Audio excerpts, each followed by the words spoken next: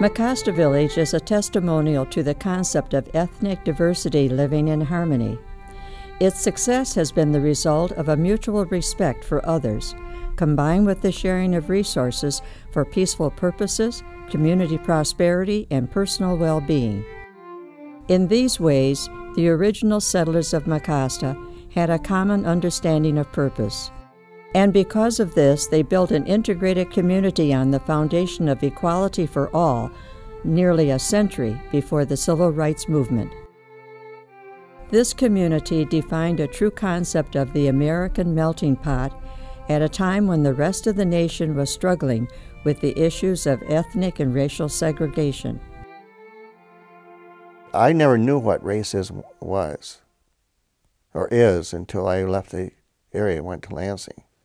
Actually, I was probably 15 or 16 before I even realized that we had different colors of skin, because the African Americans that settled here years and years ago had a lot of Indian, I believe, and a lot of white intermixed, and they were our neighbor and our friend. I could never think that there would be any discrimination whatsoever in the world, because we were born and raised together. We were family together.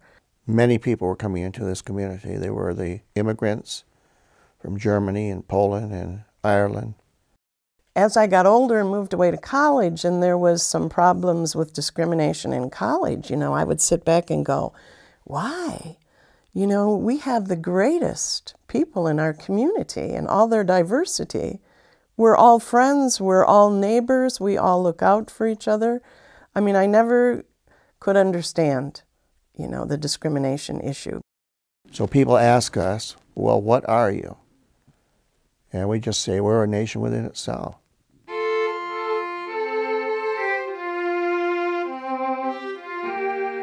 So what brought these people of varying races and backgrounds to the Mecosta area? And what was their secret to a peaceful coexistence? The Swamp Act of 1850 provided revenue for the federal government by selling land to state governments. Michigan followed this example and sold nearly 7 million acres of white pine timberland from 75 cents to $1.50 an acre. Because of the low price, logging barons bought up the largest portion, giving birth to Michigan's lumber industry. Various lumber camps sprang up, drawing large numbers of men seeking work. Within a short time, the camps needed a shipping point and commercial base for receiving supplies. This led to the founding of the Mecosta Trading Post in 1858. The post was named after Chief Mecosta of Newaygo County, whose name translates as Little Bear. The Mecosta Trading Post became a thriving business center, and in 1879, the village of Mecosta was established, with the railroad extended there the following year. The lumber camps continued to attract wild, robust newcomers well into the 1880s. When the lumbermen came into town, there were wooden sidewalks in front of all the stores. And they'd come in with the cleated boots and start dancing on those sidewalks until they'd dance right through them. Just tear them right up.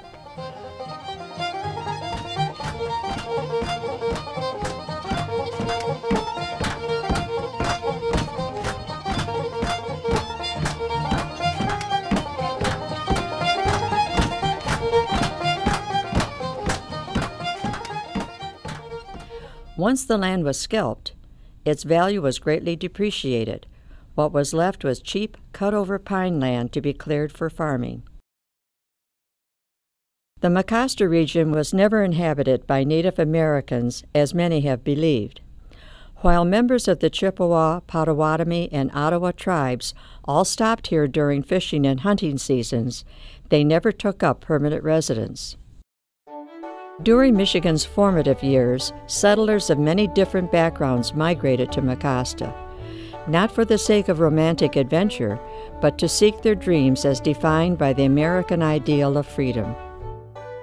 They came from the neighboring counties of Montcalm and Isabella.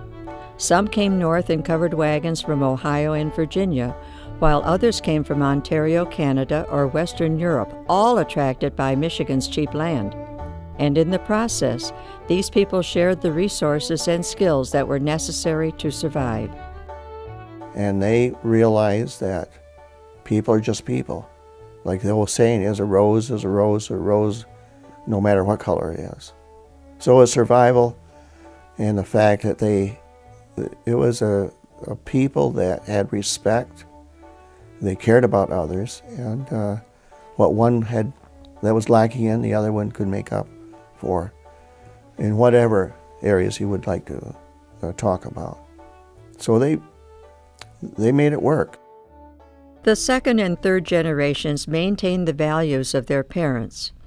Just as the original pioneers weathered the hardships of settling the land, their children and grandchildren faced the challenges of the Great Depression with the same resourcefulness and determination to survive.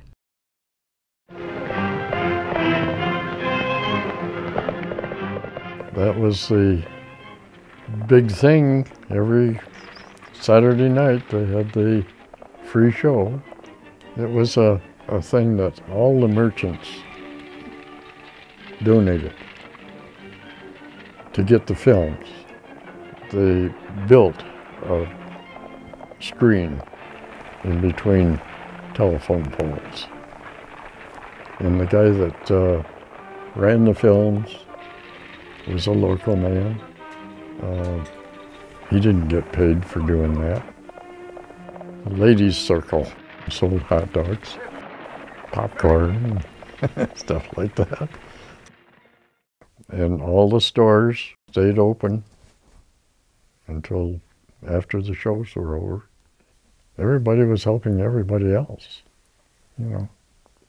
That's the way it was. But the outbreak of World War II brought about jolting change. Many of the community's youth were called away to serve. Exposure to the outside world and post-war industrial expansion drew the fourth generation away from the community. The lure of greater opportunities in the cities, combined with memories of Depression hardships, contributed to the demise of small-town life throughout Michigan and the nation as well. Oddly, this new migration pulled many descendants away for the same reasons that attracted their grandparents to Mecosta 60 years earlier. But the legacy of the Mecosta pioneers is kept alive through the Old Settlers Reunion, which has been held at School Section Lake Park every third Saturday in August since 1934. I attended the first one in 1934. It was a thing that was open to everybody. And it's not certain groups or certain families, but it's all supposed to be descendants of early settlers. My folks went to it. You meet the folks from Chicago and Lansing and Grand Rapids and Big Rapids and Mecosta and Remus and made some really good friends. The story here of a small village in the Midwest is the story of many such villages, and it's part of the American history. This is what made our nation strong. I think I kind of came into this family late, because only in '64, but because the family was there from '78 when they first came for the logging and platting the village, that I've heard these tales. And the Old Settler community and all the other immigrants in the area were very much a part of it. And so I thought they were ahead by over 100 years. The Old Settlers Reunion, of course, has always been a part of our past and of the present. And I'm so thankful that the community still comes back here and celebrates the Old Settlers Reunion.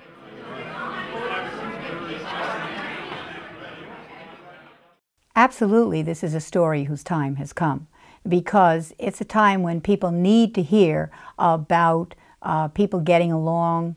We have had too much division in the world, and particularly even in America. And I think that this tells about a group of people not just the old settlers who are peacefully integrated into the community, but we keep talking about diversity today. And we had diversity before it was a PC. It was just normal to have the great different races going together, and it was normal for them to be peaceful. And now we have to kind of dwell on that type of thing. So something was lost over those years, and I'm not exactly sure how that happened, but I think it's time that we set an example here of how things could be, how they were, and that we sort of encourage others to tell their story too.